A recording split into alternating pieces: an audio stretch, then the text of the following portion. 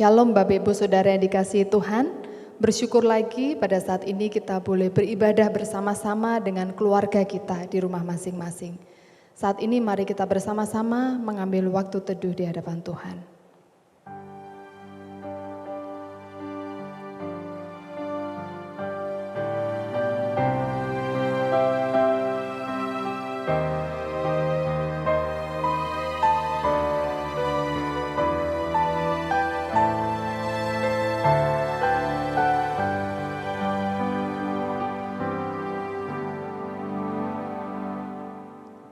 Pertolongan kita adalah di dalam nama Tuhan yang menciptakan langit dan bumi.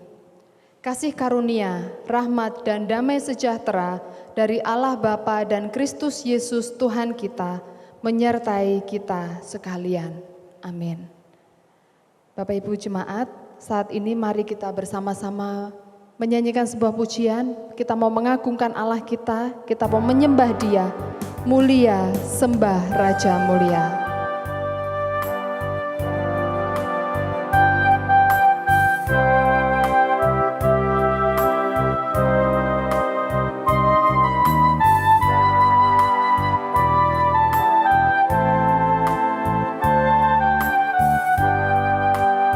Kita katakan bersama-sama, mulia sembah Raja mulia. Mulia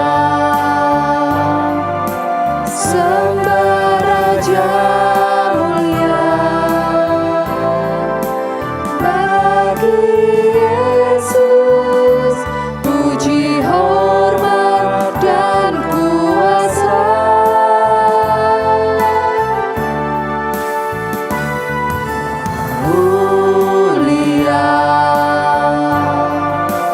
Agung kerajaannya,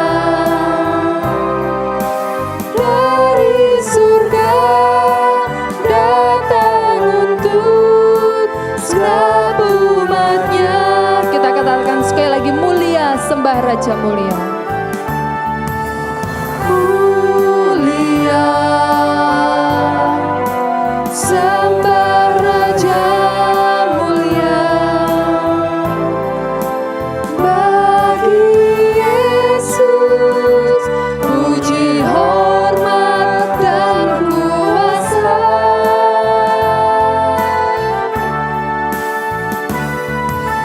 Mulia agung kerajaannya, dari surga datang untuk segenap umatnya. Dipuji, ditinggikan namanya Yesus. Hormatlah, muliakanlah Yesus Raja.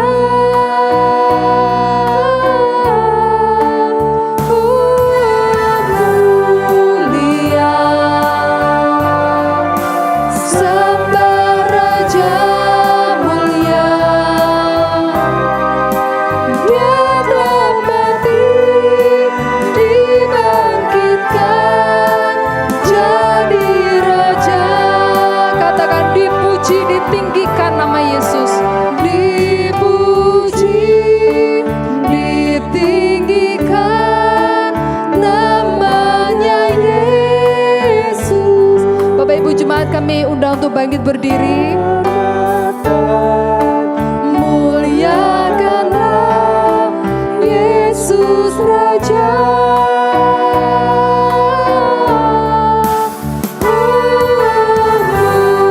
Mulia sembah Raja mulia, Dia telah mati, dibangkitkan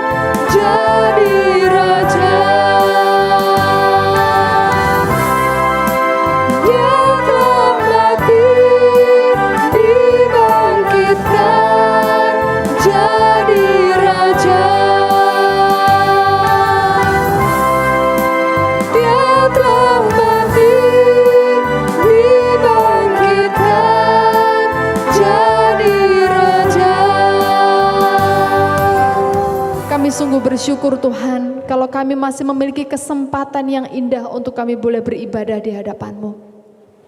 Saat ini Tuhan, di tengah-tengah kondisi yang tidak mudah, kami masih boleh memuji Tuhan. Itu adalah anugerah dari Tuhan.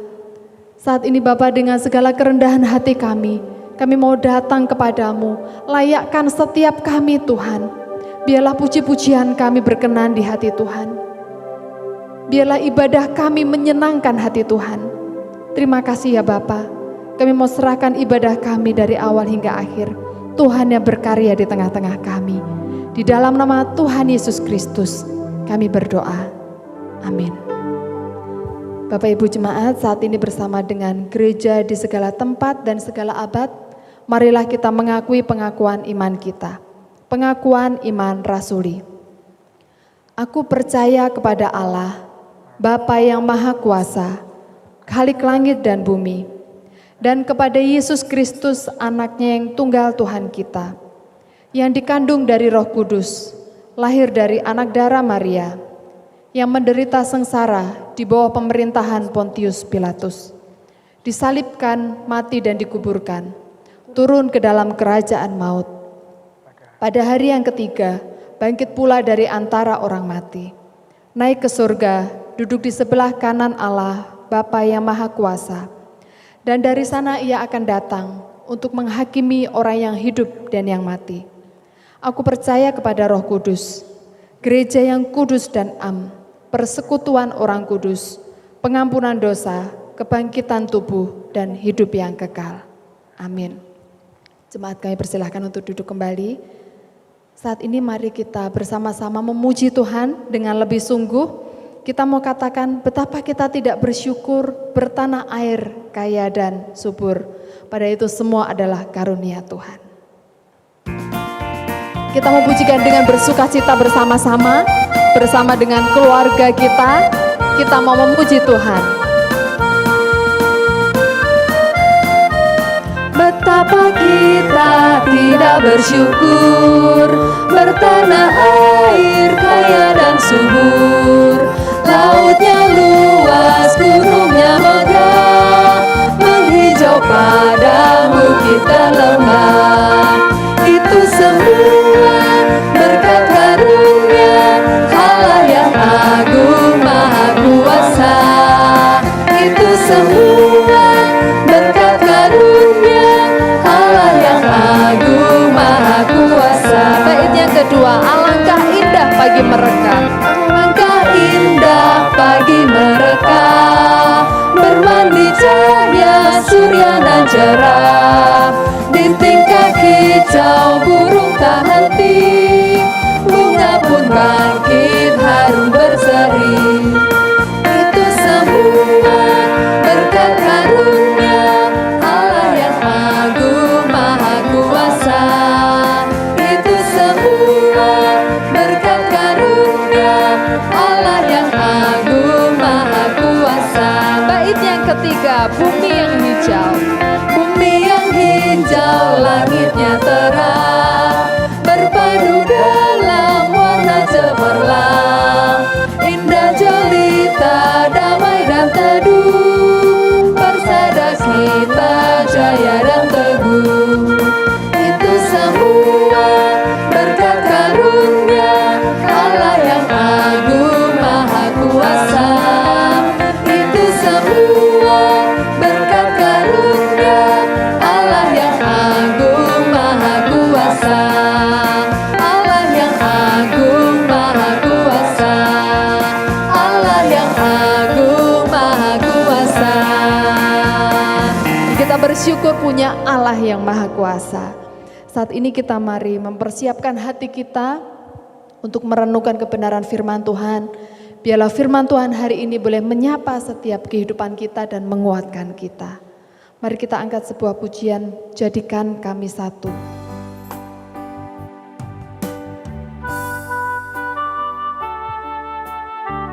Biarlah pujian ini boleh mengantarkan kita untuk mendengarkan kebenaran firman-Nya.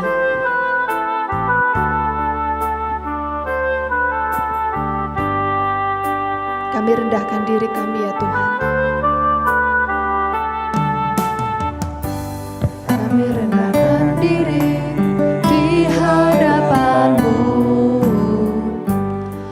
membawa hancur hati saat berseru, agar kami saling melengkapi tubuhmu, seperti kau dan Yesus adalah satu.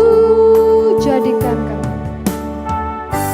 Kami rendahkan diri di hadapan-Mu,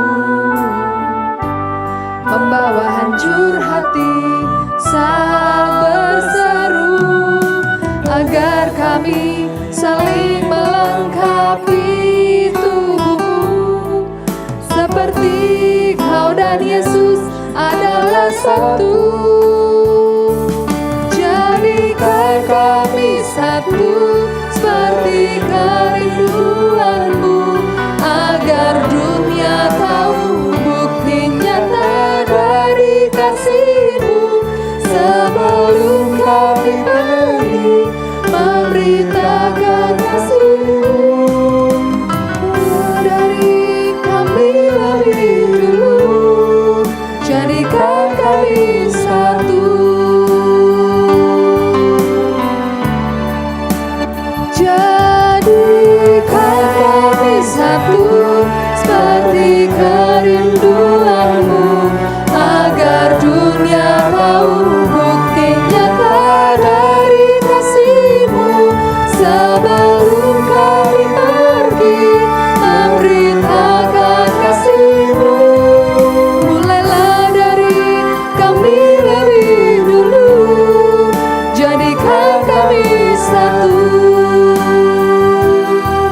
Mulailah dari kami lebih dulu, jadikan kami satu.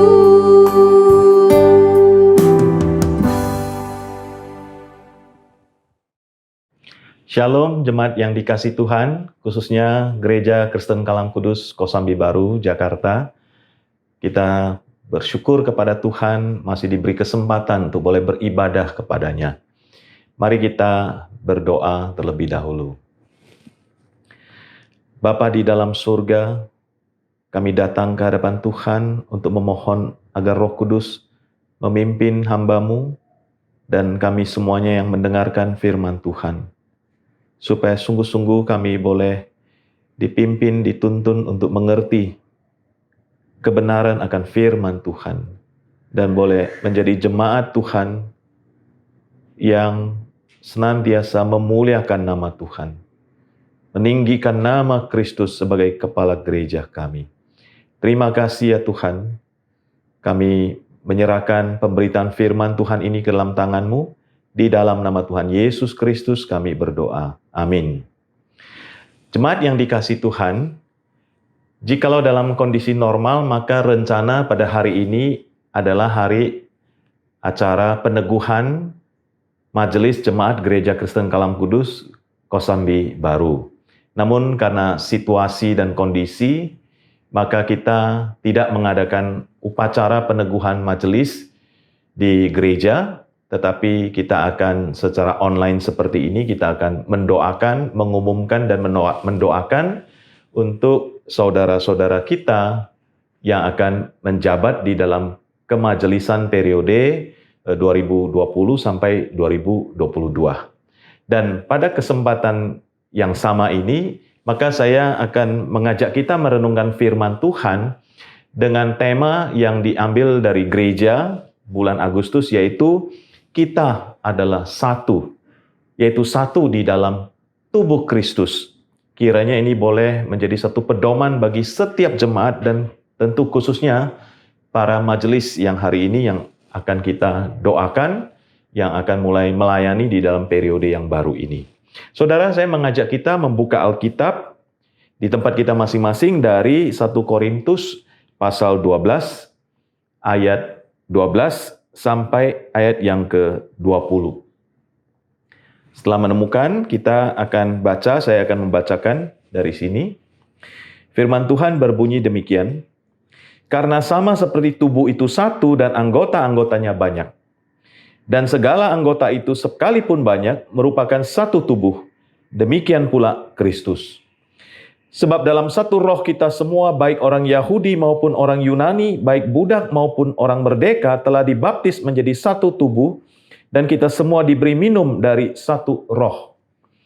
Karena tubuh juga tidak terdiri dari satu anggota, tetapi banyak anggota. Andai kata kaki berkata, karena aku bukan tangan, aku tidak termasuk tubuh.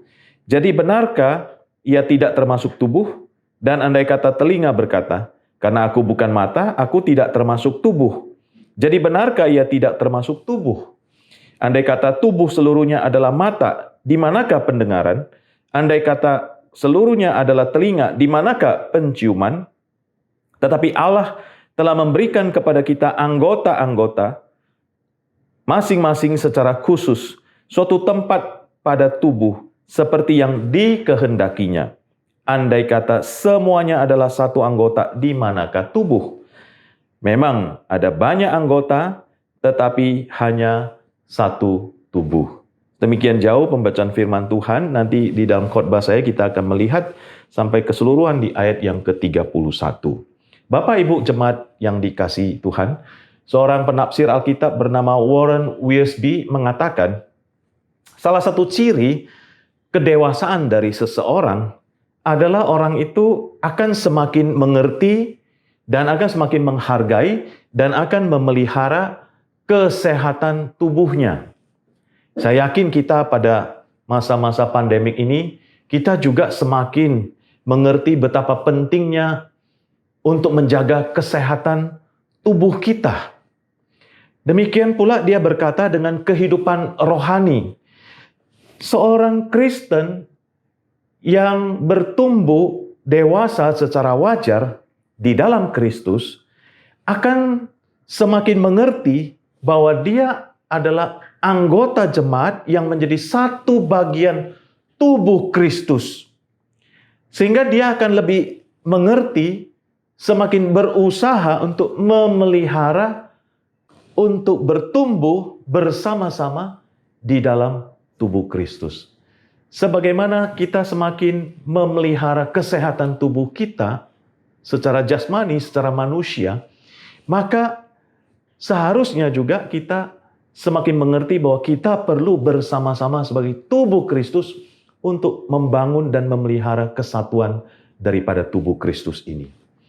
Nah, kalau kita lihat di dalam Alkitab, saudara sekalian, maka gambaran gereja sebagai tubuh Kristus dicatat di dalam surat Paulus kepada jemaat di Roma, kepada jemaat di Korintus, dan juga kepada jemaat di Efesus. Artinya, satu gambaran yang sangat penting untuk kesatuan gereja. Sampai 3 surat, Rasul Paulus harus menjelaskannya. Nah, lalu kita masuk kepada konteks Korintus yang akan kita baca ini, yang akan kita renungkan bersama ini. Di dalam surat Rasul Paulus kepada jemaat Korintus, Paulus menasehati mereka di dalam berbagai pengajaran, nasihat-nasihat, dan teguran.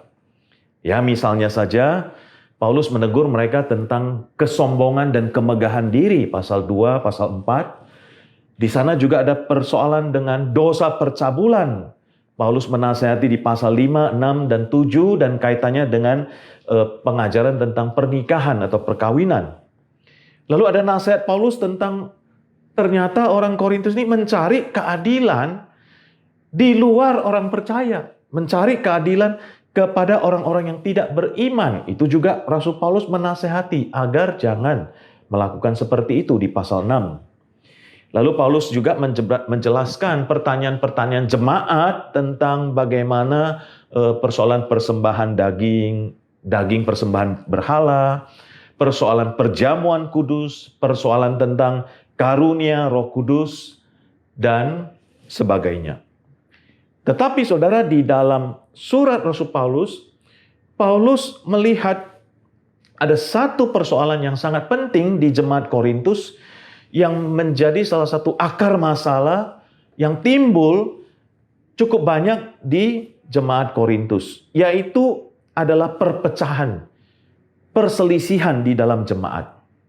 Nah, jadi saudara sekalian, kalau kita melihat surat 1 Korintus ini, setelah Paulus menyampaikan salam di pasal 1 di awal, biasa surat Paulus diawali dengan salam, lalu ucapan syukur. Maka ayat 1 sampai 3 itu adalah salam Paulus. Kemudian ayat 4 sampai ayat 9 juga merupakan pembukaan surat di mana Paulus mengucap syukur. Nah, masuk ke intinya, apa maksud dan tujuan Paulus menulis surat Korintus, yaitu diawali dengan persoalan perpecahan gereja.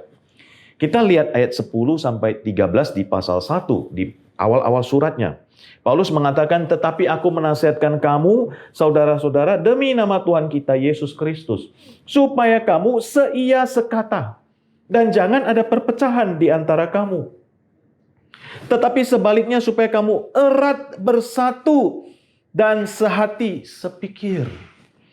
Sebab, saudara-saudaraku, aku telah diberitahukan oleh orang-orang dari keluarga Chloe tentang kamu, bahwa ada perselisihan di antara kamu.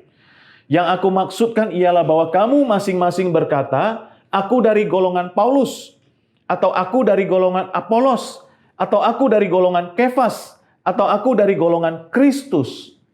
Adakah Kristus terbagi-bagi? Adakah Paulus disalibkan karena kamu? Atau adakah kamu dibaptis dalam nama Paulus? Nah, inilah saudara salah satu akar masalah yang sangat penting, salah satu penyebab mengapa Paulus harus menulis surat pastoralnya kepada jemaat di Korintus. Dia rindu supaya jemaat mengetahui bahwa mereka adalah tubuh Kristus yang bersatu, dan ketika diketahui ada perselisihan, dia menasehati supaya mereka boleh seia, sekata, sehati, sepikir, dan jangan sampai ada timbul perpecahan. Bahkan dinasehati supaya erat bersatu. Dan di dalam lanjutan suratnya, supaya jemaat bisa bersatu dan menghindari perpecahan, maka timbullah tulisan Paulus tentang gambaran gereja sebagai tubuh Kristus, saudara-saudara sekalian. Paulus ingin jemaat punya pemikiran yang menyatu, bahwa mereka adalah anggota tubuh Kristus yang merupakan satu kesatuan seperti kita hidup manusia yang mempunyai tubuh ini. Bahkan Paulus memakai anggota-anggota tubuh ini untuk menjelaskan betapa pentingnya kesatuan tubuh Kristus. Maka saudara sekalian, mari masuk kembali ke dalam pasal 12 ini. Bagaimana kita bisa berfungsi dengan baik menjaga bahwa kita adalah satu di dalam tubuh Kristus. Yang pertama, saudara, mari kita punya prinsip bahwa walaupun kita banyak anggota, kita itu satu di dalam tubuh Kristus. Saya ulangi kembali tadi di ayat 12, Paulus mengatakan karena sama seperti tubuh itu satu, dan anggota-anggotanya banyak, dan segala anggota itu sekalipun banyak, merupakan satu tubuh, demikian pula Kristus. Jadi Paulus ini mengajak kepada jemaat supaya melihat loh, sama seperti tubuh kita yang adalah satu, mari jemaat juga bersatu.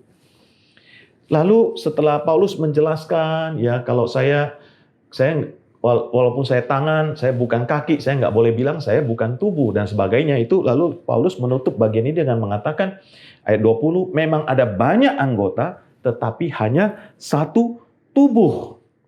Nah, Paulus sudah mengilustrasikan dengan si tangan nggak boleh berkata, si kaki nggak boleh berkata, aku bukan tangan, jadi aku bukan tubuh. Demikian juga telinga, demikian juga penciuman dan sebagainya. Jadi Paulus ingin mengatakan begini loh, tubuh kita ini semua satu. Mereka nggak bilang aku bukan bagian dari tubuh. Tangan, kaki, mata, telinga semua satu bagian daripada tubuh. Paulus ingin mengajak jemaat juga punya mindset pemikiran seperti itu sebagai orang-orang percaya. Nah, saudara-saudara sekalian, bagaimana aplikasinya? Saudara, saya mengambil kembali catatan-catatan saya pada waktu saya pelayanan sebagai gembala di Pematang Siantar. Kami pernah mengadakan retret majelis, aktivis, pengurus. Dan di dalam retreat itu salah satu acaranya adalah mengevaluasi kembali kesatuan tubuh Kristus sebagai pelayan-pelayan Tuhan. Lalu ada sesi di mana kami sharing dan evaluasi apa yang harus kami tingkatkan, apa yang harus kami hindari supaya untuk menjaga kesatuan tubuh Kristus. Walaupun banyak anggota, walaupun berbeda-beda latar belakang, sifat, karakter, pemikiran, konsep, dan sebagainya, bagaimana supaya tetap menjaga kesatuan. Karena tidak jarang juga pernah terjadi konflik, pernah terjadi perselisihan, bahkan sangat sengit sekali. Maka itu menjadi bahan evaluasi kami. Saudara, untuk tetap menjaga kesatuan, di dalam diskusi dan sharing kelompok itu, ada beberapa yang menjadi catatan kami. Mungkin ini bisa menjadi tips bagi kita juga, bukan hanya sebagai majelis saja, bisa juga pengurus, bisa juga jemaat, bahkan di dalam komunikasi dan di dalam keluarga kita. Khususnya di dalam rapat atau mendiskusikan segala sesuatu, atau ada program proyek menjalankan satu misi, satu tugas, satu pelayanan. Yang perlu dihindari, yaitu jangan kita merasa terancam jika dalam suatu rapat, satu pembicaraan, orang lain berbeda pendapat, pandangan, dan keputusan. Jangan merasa terancam. Yang kedua, jangan pula kita merasa diserang secara pribadi jika ada perbedaan pendapat dan pandangan. Bedakanlah persoalan pribadi dengan kasus yang sedang dibahas. Nah, kadang-kadang dalam rapat, kita bisa beda pendapat, tapi kadang-kadang kita kurang dewasa, kita rasa kalau beda pendapat berarti dia sedang menyerang pribadi saya. Atau kadang-kadang teman kita tanpa sengaja waktu rapat menegur sesuatu atau berbicara sesuatu yang mengarah kepada pribadi. Jangan cepat-cepat merasa diserang secara pribadi. Bedakanlah, kita sedang membicarakan suatu kasus, suatu proyek, suatu program, suatu pelayanan. Jangan pula merasa diri paling benar dan memaksakan pendapatnya dengan segala cara. Karena merasa ide saya yang paling benar, yang paling tepat, yang paling bagus, saya paksakan dengan segala cara. Barangkali dengan nada yang lebih keras, barangkali dengan banting meja, atau barangkali dengan cara-cara yang licik dan tidak baik. Jangan seperti itu. Kemudian, jangan pula menyimpan kecewa, marah, benci, bahkan dendam.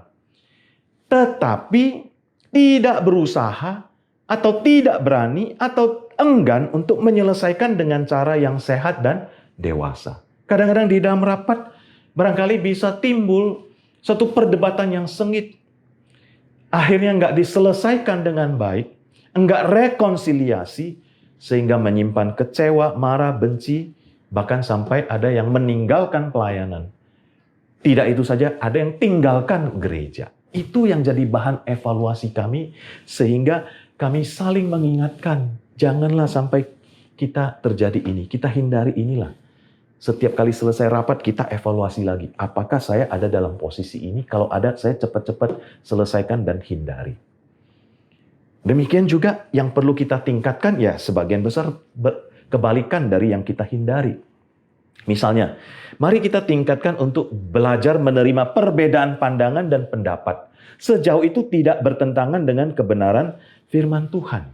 Kadang-kadang ada hal-hal yang sepele kita berbeda pendapat. Misalnya ada suatu acara hanya memilih makan ini, makan itu, makan ini. Kita berbeda pendapat dengan sengit. Saya rasa hal-hal yang kecil begitu, janganlah kita terlalu mempertentangkan perbedaan itu. Karena itu bukan hal-hal yang bertentangan dengan firman Tuhan.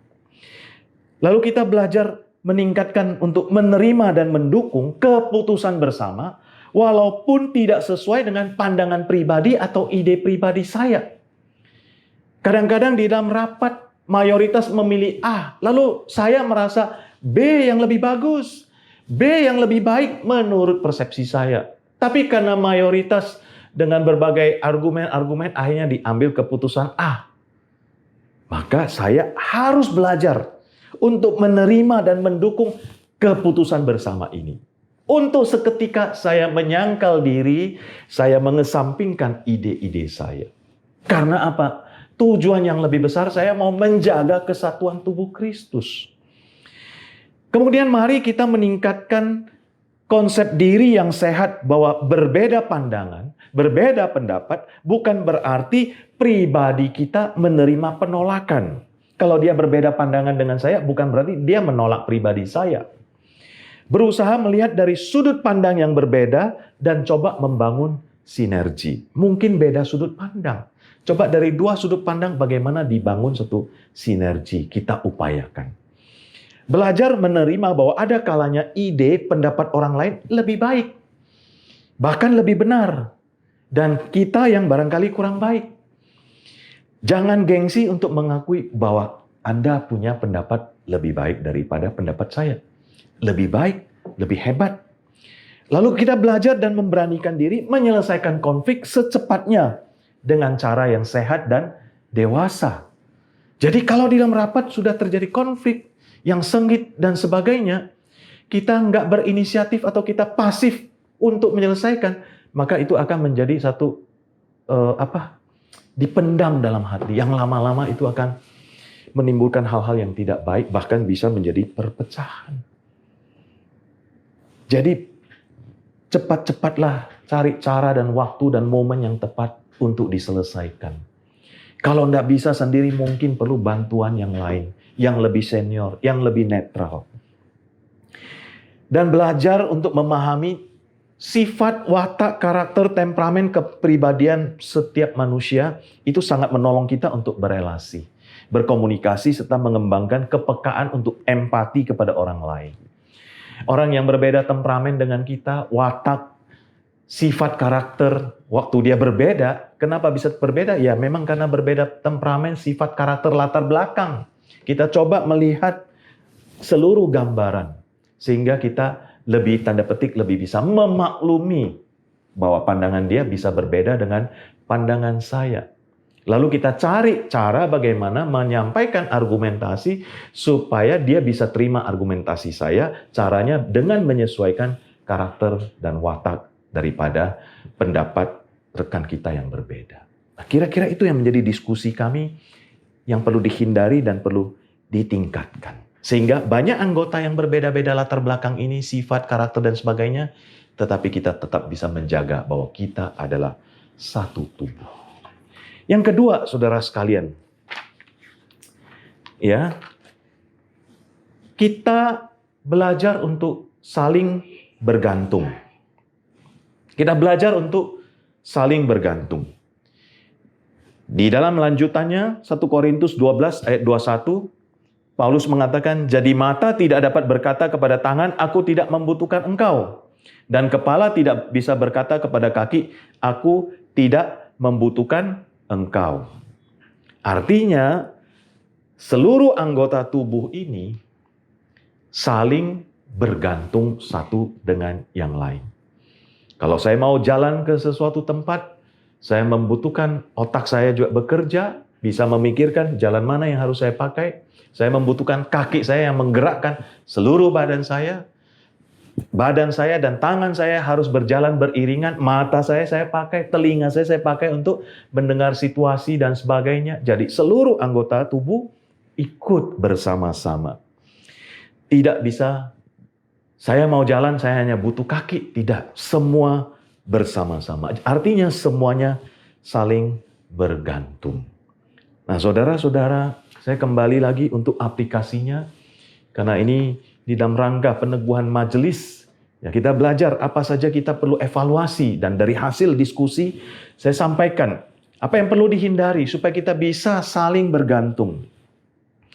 Dari hasil diskusi itu kami ambil beberapa kesimpulan. Kita perlu menghindari, janganlah sampai kita menjadi pelayan yang bekerja sendiri atau single factor untuk banyak bidang. Ya. Nah, saudara, kadang-kadang ada seorang pemimpin atau hamba Tuhan atau gembala dan sebagainya. Dia bekerja sendiri semuanya. Jangan sampai seperti itu. Kalau seperti itu berarti kita sudah kurang mengambil prinsip saling bergantung. Tentu banyak penyebabnya ya. Yang kedua adalah dia cenderung merasa orang lain nggak bisa mengerjakan dengan baik sehingga mengerjakannya sendiri. Nah, mungkin ini juga penyebab mengapa ada orang yang single factor. Karena dia cenderung merasa orang lain mengerjakan tidak sebaik yang saya kerjakan. Yang ketiga adalah sebaliknya cenderung permisif, memperbolehkan segalanya atau membiarkan orang lain mengerjakan dengan sesukanya. Jadi tidak bergantung, berdiskusi, mendialogkan dengan orang lain. Di situ akan terjadi saling bergantung yang berkurang jadinya. Sedangkan yang perlu ditingkatkan adalah di dalam kemajelisan, kepengurusan kita adalah belajar membagikan tugas pelayanan bersama. Saya percaya kita akan rapat dan mengadakan program kerja dan sebagainya. Disitulah kita belajar membagikan tugas sesuai bidang masing-masing. Kalau bisa yang lebih ideal sesuai dengan karunia, panggilan, passion, pengalaman, skill masing-masing. Wah, itu akan terjadi satu kebergantungan yang baik. Lalu kemudian kita mengajarkan, menjelaskan, mementor rekan pelayanan tentang tugas yang akan diberikan. Biasanya dalam pergantian pengurus, pergantian majelis, ada pergantian posisi, ada majelis yang lama yang tidak melayani lagi di posisi itu, ada ganti dengan majelis yang baru atau yang lebih junior, yang senior mungkin bergantian. Nah, jadi yang senior, yang sudah pernah, jangan lepaskan begitu saja, tapi mementor, mengajarkan apa yang perlu dilakukan oleh yang baru. Misalnya saja, contoh misalnya kalau ada majelis bidang katakanlah bendahara, yang lalu sudah rupanya tidak menjabat lagi, sekarang diganti bendahara yang baru, maka ini harus didampingi terus, dimentor terus. Disitulah kelihatan saling bergantungan. Kemudian meningkatkan untuk memiliki batasan yang jelas tentang bidang pelayanan masing-masing dan saling mendukung. Jadi kita ada pembagian bidang, ada batasan yang jelas, sehingga nanti tidak menjadi tumpang tindih. Tetapi di dalam kesemua program itu saling bergantung satu dengan yang lainnya. Interdependence. Nah, saudara-saudara, itulah gambaran yang diberikan oleh Rasul Paulus, dan ini sedikit hasil evaluasi yang bisa kita aplikasikan di dalam hidup kita berjemaat. Bahkan kita bisa pakai, coba ini di dalam skop yang lebih kecil di dalam keluarga kita. Yang ketiga, saudara-saudara sekalian, bagaimana membangun kesatuan tubuh Kristus. Yaitu punya prinsip bahwa semua anggota berharga dan ikut mengambil peran. Semua anggota berharga apapun peran pelayanannya, dan diharapkan semua jemaat, bukan hanya hamba Tuhan, majelis, aktivis, pengurus, tetapi semuanya bisa mengambil bagian di dalam tubuh Kristus, membangun kerajaan Allah, membangun tubuh Kristus. 1 Korintus 12 ayat 22 sampai 26, Paulus melanjutkan di bagian ini.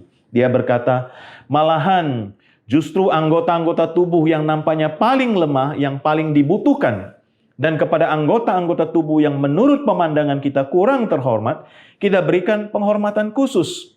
Dan terhadap anggota-anggota kita yang tidak elok, kita berikan perhatian khusus. Hal itu tidak dibutuhkan oleh anggota-anggota kita yang elok. Allah telah menyusun tubuh kita begitu rupa, sehingga kepada anggota-anggota yang tidak mulia diberikan penghormatan khusus. Supaya jangan terjadi perpecahan dalam tubuh, tetapi supaya anggota-anggota yang berbeda itu saling memperhatikan. Karena itu, jika satu anggota menderita, semua anggota turut menderita. Jika satu anggota dihormati, semua anggota turut bersukacita.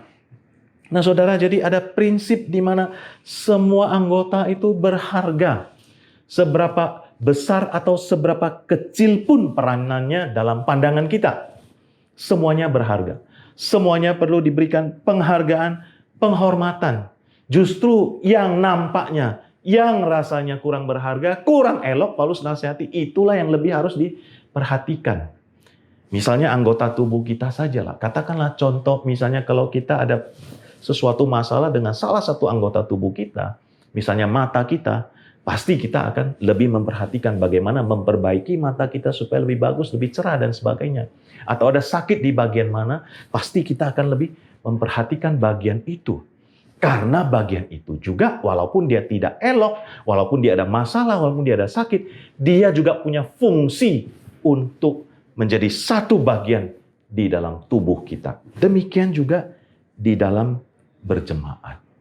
Nah, saudara, kita harus saling memperhatikan, saling melayani, saling menghargai, saling menghormati. Dari hasil diskusi saya dengan rekan-rekan majelis saya, ada beberapa catatan kami yang perlu dihindari dan yang perlu ditingkatkan. Yang perlu dihindari, mari kita hindari untuk merasa bahwa diri lebih penting dan berharga sehingga merendahkan orang lain. Jangan, saudara sekalian. Walaupun misalnya kita punya jabatan tertentu, atau sebagai pemimpin, atau sebagai majelis, atau apa, kita jangan sampai merasa diri lebih penting, sedangkan jabatan yang lain-lain itu kurang penting. Tidak, saudara. Kalau menurut Paulus, maka yang kurang penting itu justru harus lebih diperhatikan. Nah, kita ambil aplikasi dalam kehidupan gereja kita. Mungkin, saudara sekalian, dalam pandangan umum, yang kurang penting misalnya barangkali kita anggap ya seperti mereka yang di security, seperti mereka yang di cleaning service, seperti mereka yang di coaster, dan pekerjaan-pekerjaan lainnya. Nah, tapi saudara, di dalam konsep firman Tuhan, justru kita harus menghargai mereka bahwa mereka juga punya peranan yang sangat penting. Kalau mereka tidak ikut membantu, maka saudara, kita semua akan lebih kerepotan untuk kelancaran di dalam pelayanan kita. Jadi kita perlu menghindari bahwa merasa diri lebih penting dan berharga sehingga merendahkan orang lain. Itu harus dihindari. Kemudian merasa pelayanannya lebih penting atau bernilai dibanding dengan yang lain. Jangan, saudara sekalian. Semua pelayanan sama di mata Tuhan. Semuanya penting di mata Tuhan. Jadi jangan sampai merasa yang punya saya ini yang lebih penting dibanding dengan yang lain. Atau jangan merasa kurang dihormati dan dihargai dalam pelayanannya. Nah, ini sebaliknya, saudara ya. Kadang-kadang kita sudah bekerja letih, bekerja berat, bukan dapatkan pujian, tapi lebih banyak dapatkan kritikan. Ya, tapi bagi kita pribadi, kita harus menghindari bahwa kita kurang dihormati. Kita perlu hindari. Sebab itu yang nanti akan membuat kesatuan tubuh Kristus ini menjadi terpecah-pecah. Dan tentu kita melayani bukan karena kita mau dihormati, tapi semata-mata karena kita mengasihi Tuhan. Karena semata-mata karena panggilan dan anugerah Tuhan. Namun di sisi yang lain kita perlu belajar untuk menghormati dan menghargai pelayanan orang lain. Lalu kemudian kita perlu menghindari juga untuk seluruh jemaat bahwa kita merasa nggak bisa apa-apa, jadi kita nggak perlu melayani. Jangan, saudara. Kadang-kadang ada jemaat yang punya konsep, itu semua kan udah ada yang kerjain, jadi saya udah nggak usah ikut lah, nggak usah pelayanan lagi lah, nggak perlu ambil bagian lah, biar orang lain sajalah, kan sudah banyak yang lakukan. Tidak, saudara.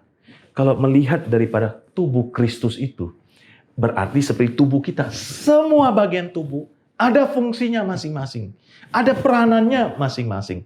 Jadi setiap jemaat harus bertanya kepada Tuhan, apa yang Tuhan ingin saya kerjakan untuk tubuh Kristus ini, untuk pelayanan ini, untuk kerajaan Allah ini. Seberapa besar atau seberapa kecil pun perannya, tanya kepada Tuhan, apa yang Tuhan ingin saya kerjakan untuk kesatuan tubuh Kristus ini. Nah, saudara, kalau kita punya pemikiran, saya sendiri nggak kerja, nggak apa-apalah. Lalu banyak orang yang berpikir begitu, maka itulah sebabnya banyak gereja sedikit yang melayani. Saya perlihatkan satu slide, saudara sekalian. Berisi tulisan-tulisan. Saya yakin kita bisa baca tulisan ini. Tapi ada satu keganjilan atau keanehan dalam tulisan ini. Ya, mari kita masing-masing di rumah bisa membacakannya. Saya akan bacakan. Bunyinya demikian. Dalam suatu kehidupan bersama, termasuk bergereja, setiap orang mempunyai peran yang sama penting. Oleh karena itu, kalau saya menyadari peran saya penting dalam bergereja, maka saya harus ikut melayani sehingga gereja bertumbuh dengan sehat dan indah. Kalau saya satu orang saja yang tidak ikut melayani, maka seperti tulisan yang kehilangan satu huruf ini, sehingga jadi kurang sempurna. Memang bisa dibaca, tetapi tidak indah dan rasanya aneh. Saya yakin saudara baca slide ini. Yang anehnya adalah slide ini huruf A-nya hilang. Saya gantikan dengan huruf X. Kita semua bisa baca, lancar, tapi ada yang aneh. Menjadi tidak indah. Beda dengan slide berikut ini. Kita baca lagi. Seperti ini kalau semua ikut melayani. Dalam suatu kehidupan bersama tubuh Kristus dan bergereja, setiap orang mempunyai peran yang sama penting. Oleh karena itu, kalau saya menyadari peran saya penting dalam bergereja, maka saya harus ikut melayani sehingga gereja bertumbuh dengan sehat dan indah. Kalau semua orang ikut melayani, maka seperti tulisan yang kehilangan tadi menjadi sempurna dan tidak aneh lagi. Ya, saya yakin saudara juga bisa baca ini, dan waktu kita baca perasaan kita lebih lega karena tulisannya lengkap, sempurna, indah, dan tidak terasa aneh. Kenapa? Karena semua terlibat di dalamnya. Tidak ada yang missing atau kehilangan. Nah, saudara-saudara, itulah yang perlu kita hindari. Jangan sampai merasa tidak bisa apa-apa sehingga tidak perlu melayani. Yang perlu ditingkatkan, saudara, yaitu menghargai semua pelayan. Apapun peran dan pelayanannya, sampaikan terima kasih atas pelayanannya. Tadi Paulus katakan memberikan perhatian. Ya, memberikan perhatian. Ada kutipan bahasa Inggris berkata, people don't care how much you know until they know how much you care. Orang itu tidak peduli berapa banyak yang engkau tahu, sampai mereka tahu berapa banyak yang engkau pedulikan. Jadi orang akan mulai peduli, orang akan mulai ikut terlibat, orang akan mulai ikut semangat dan terdorong ketika ada orang lain yang duluan dia tahu bahwa orang itu peduli kepada dia. Mari kita tingkatkan juga, kita memberikan pertolongan, memberikan semangat dan memberdayakan orang-orang yang dianggap lemah, atau yang menganggap diri kurang mampu atau kurang bernilai dalam pelayanan. Kita berikan motivasi semangat kepada seluruh anggota jemaat kita. Dan yang terakhir, ya, mari kita meningkatkan sikap dan karakter rendah hati dalam pelayanan. Meneladani Tuhan Yesus Kristus yang rendah hati. Di dalam Filipi pasal 2 ayat 1 sampai 5 dikatakan, jadi karena dalam Kristus ada nasihat, ada penghiburan kasih, ada persekutuan roh, ada kasih mesra dan belas kasihan. Karena itu sempurnakanlah sukacitaku dengan ini. Hendaklah kamu sehati sepikir dalam satu kasih, satu jiwa, satu tujuan, dengan tidak mencari kepentingan sendiri atau puji-pujian yang sia-sia. Sebaliknya hendaklah dengan rendah hati yang seorang menganggap yang lain lebih utama daripada dirinya sendiri. Dan janganlah tiap-tiap orang hanya memperhatikan kepentingannya sendiri, tetapi kepentingan orang lain juga. Hendaklah kamu dalam hidupmu bersama menaruh pikiran dan perasaan yang terdapat juga dalam Kristus Yesus. Saudara, kita bisa menjaga kesatuan tubuh Kristus dengan meneladani Tuhan Yesus Kristus. Sehingga kita bisa, walaupun berbeda-beda, bisa menjalin satu kesatuan di dalam Tuhan Yesus Kristus. Sehingga kita walaupun berbeda-beda bisa saling menghargai satu dengan yang lain. Dan apapun peran kita, kita dengan tekun boleh melayani Tuhan. Saudara-saudara sekalian, sudahkah kita punya tekad mau bersatu membangun tubuh Kristus dan giat melayani? Bukan hanya hamba Tuhan, majelis, aktivis, tapi seluruh jemaat. Saudara, saya tutup dengan sebuah hasil survei di dalam tulisan dari buku John Maxwell, ya, seorang yang banyak menulis buku tentang kepemimpinan.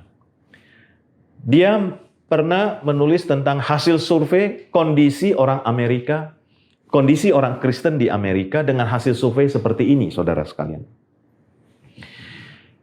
Yaitu didapati 10% orang Kristen tidak bisa ditemui karena sibuk.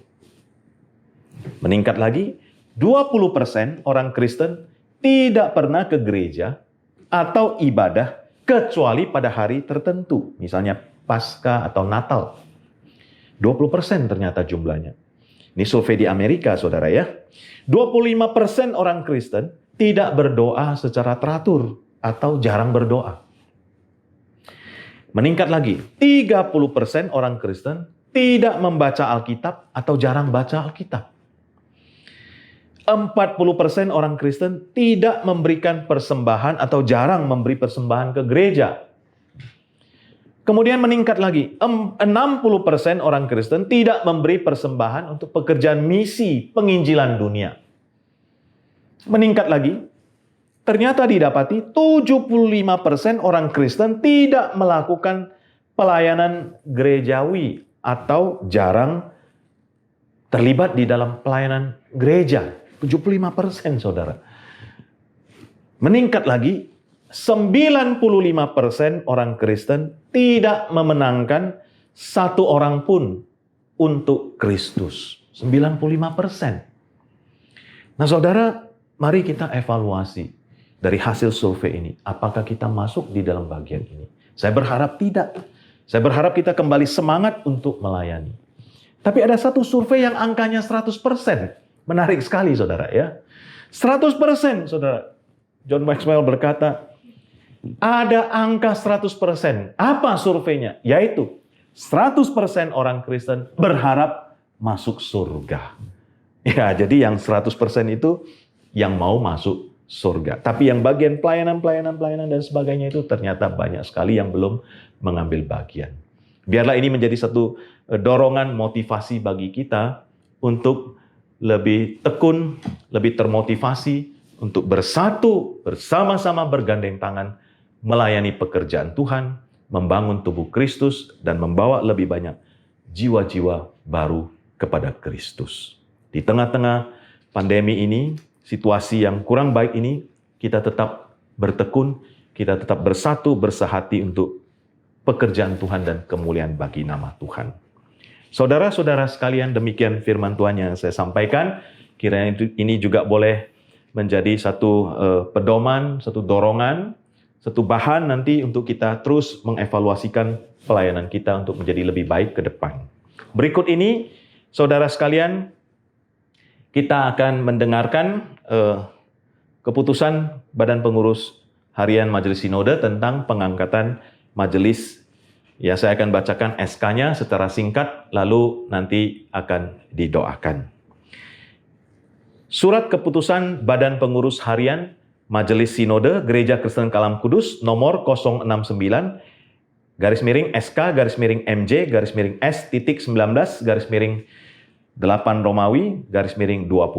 tentang pengangkatan Majelis Jemaat Gereja Kristen Kalam Kudus Kosambi Baru.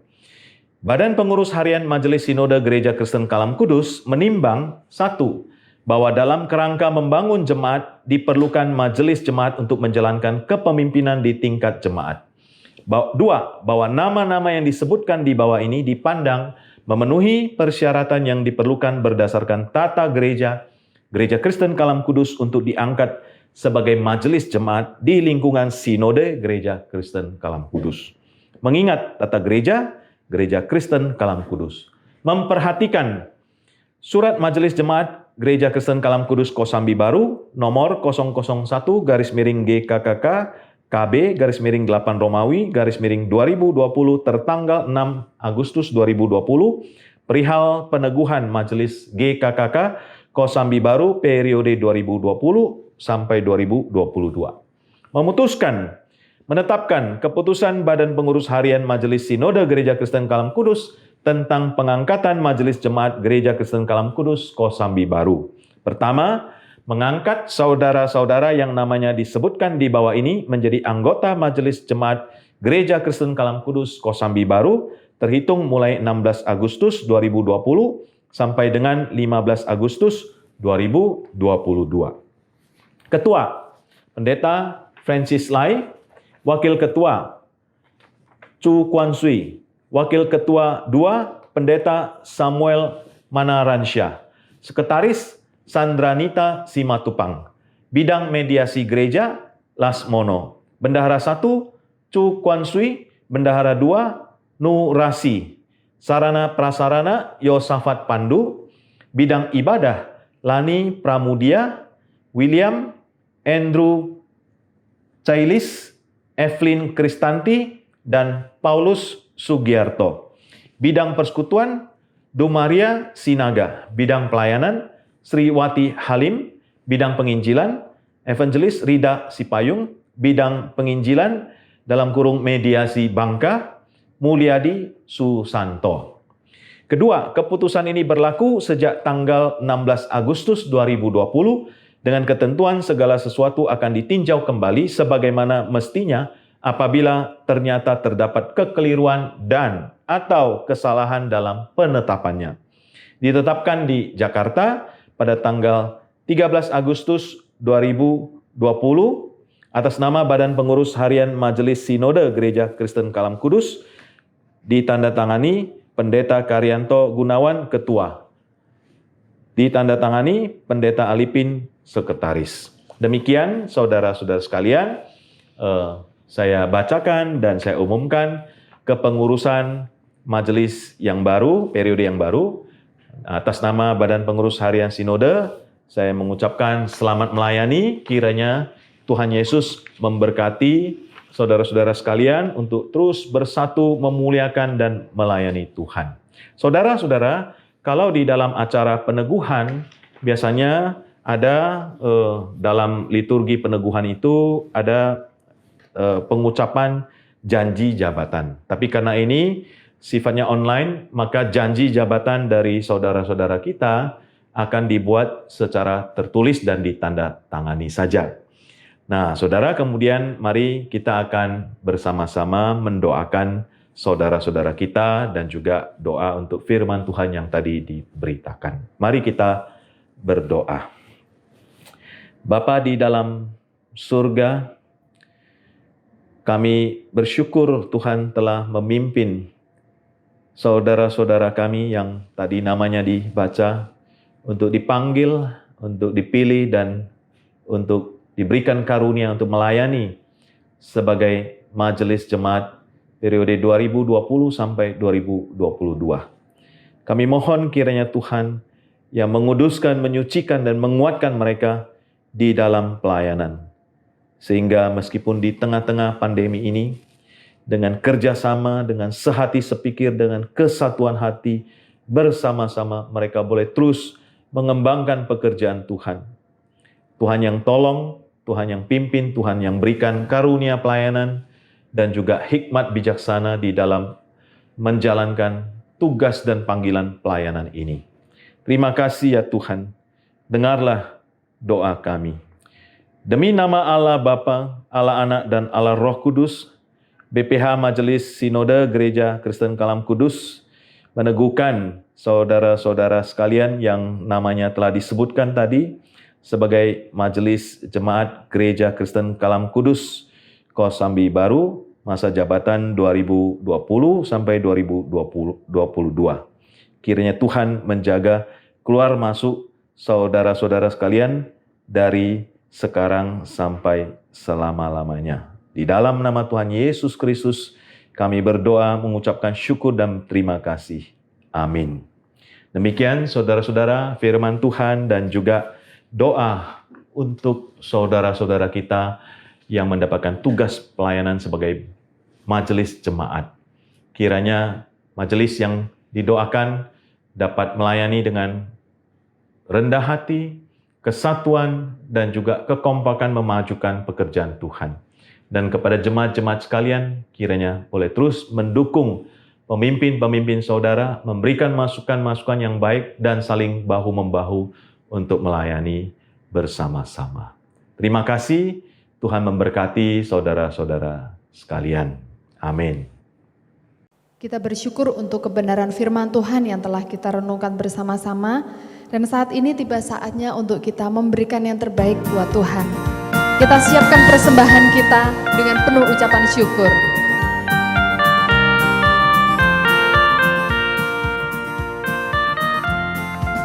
Betapa kita tidak bersyukur, bertanah air kaya dan subur, lautnya luas, gunungnya megah, menghijau padang bukit dan lembah. Itu semua berkat karunia Allah yang agung maha kuasa. Itu semua berkat karunia Allah yang agung maha kuasa. Itu semua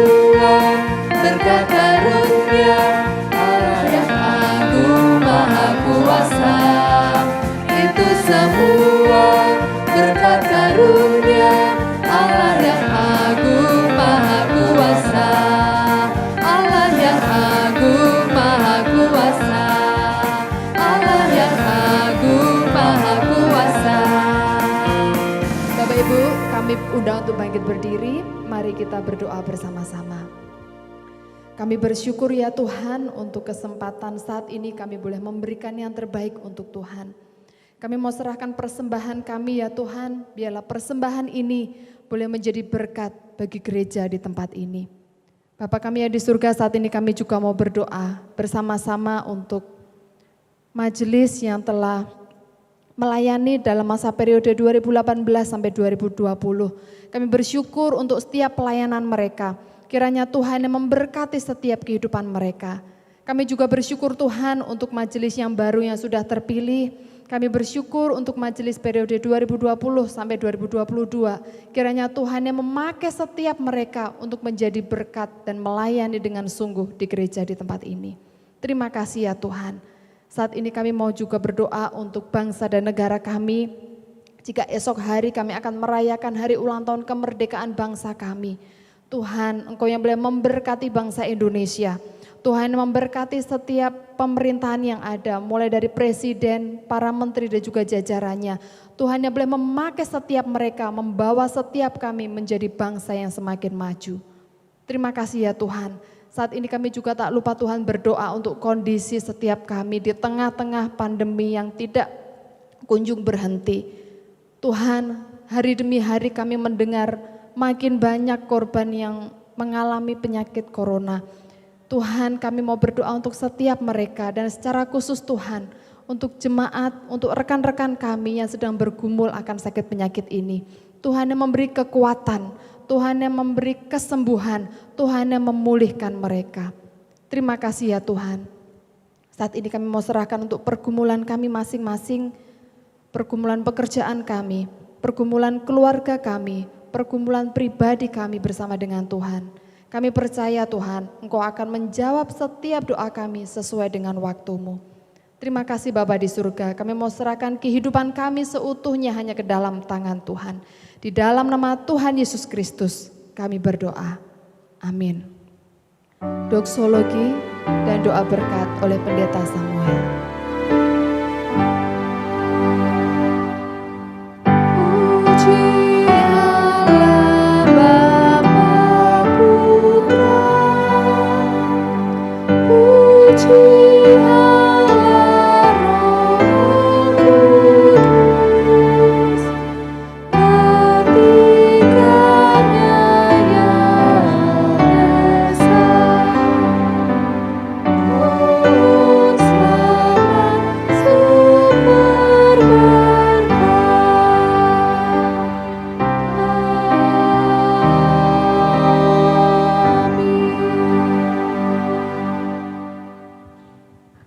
Jemaat sekalian, setelah kita menyelesaikan semua rangkaian ibadah kita hari ini, kita akan kembali kepada aktivitas kita dan bersama-sama dengan keluarga kita masing-masing, dan sekarang terimalah berkat dari Tuhan. Kiranya berkat sempurna dari Allah Bapa kita, cinta kasih, keselamatan dari Tuhan kita Yesus Kristus, kekuatan penghiburan dari Allah Roh Kudus, beserta dengan saudara-saudara sekalian, dari saat ini sampai selama-lamanya. Amin.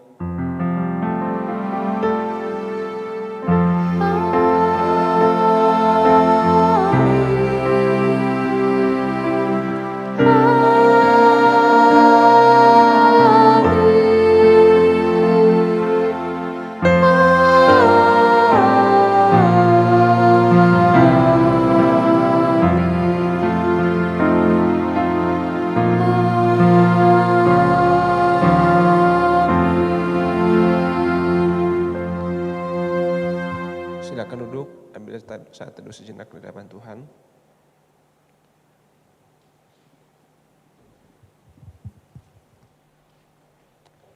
Baik Bapak Ibu sekalian, jemaat yang dikasihi oleh Tuhan kita Yesus Kristus, kita bersyukur pada hari ini kita tetap bisa melangsungkan ibadah kita sekalipun secara online. Kita bersyukur kepada Tuhan.